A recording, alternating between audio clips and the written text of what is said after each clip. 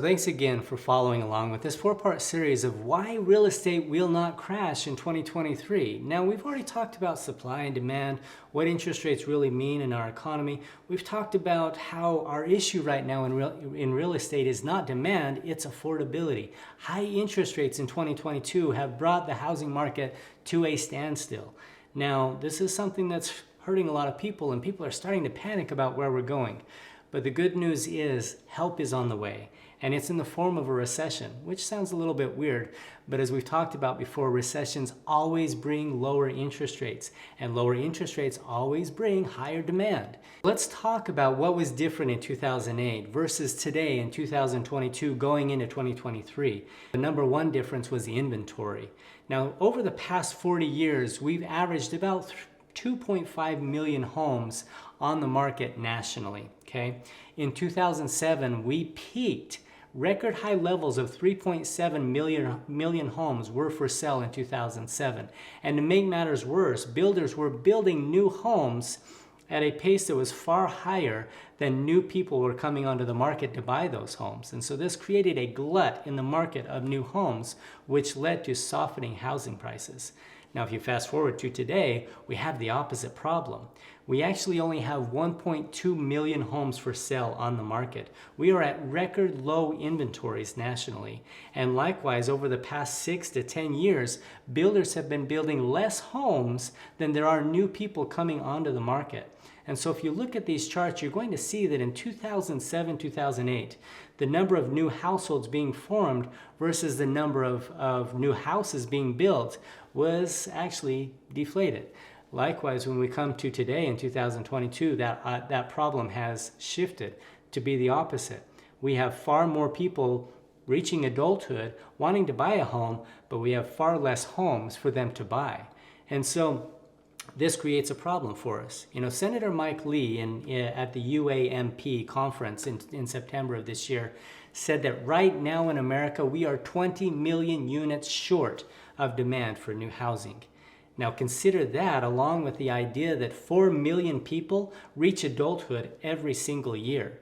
And that's why demand continues to grow. We haven't lost demand. Lots of people still need a home.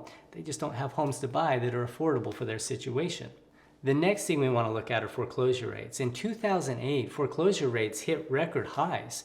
And the reason for this is because for years, people had been buying homes with low down payment, no down payment loans. They were riskier loans with stated income, stated assets.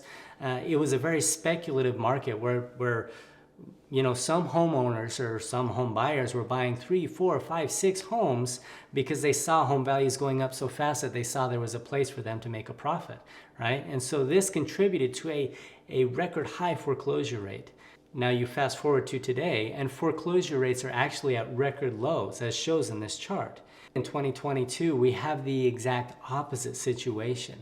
Now, the reason foreclosures are so low today is because nowadays our loans are more responsible. People are qualifying for their loan up front. They're documenting their income. They have substantial down payments. So right now in America, the average homeowner actually has roughly about 50% equity in their home. Likewise, because interest rates have been so low for so many years, most of these people have a low interest rate and a low payment. And so this is why they're not foreclosing on their home. Why would you foreclose on a home where you have 30, 40, 50% equity? You have an interest rate that's at 3%, 4%, and a payment that's affordable. And so the 2008 housing crash happened. It began because of the high foreclosure rates. It began as people began leaving their homes and giving their homes back to the bank. And because of this glut of inventory, the bank began fire selling their homes and giving the homes away. And that caused housing prices to fall through the floor. But today that's not going to happen. People have so much equity in their home, they have payments that they can afford. They're not going to give these homes away. And because we're not going to have the glut of foreclosures, we may see a 5%, maybe even a 10% reduction in values, but we definitely won't see a 30 or 40% reduction in values. The last point that I want to make about this is we have to look at what happens around us socially, right? And going into 2023, we're in a recession, even a global recession. And for a lot of countries in the world, it may be a very severe recession. Now, Imagine what would happen to current leadership in the Fed, in Washington, if we go into 2023 into a recession and we add to that a major housing crash. What does that spell for the elections in 2024? And so politicians tend to like to stay in power, and because of that, I can predict that they're going to do in 2023 what they have done every time before that we've had a rough economy, and that is they lower interest rates, they make money easier to borrow, they make it easier for the economy to get going again.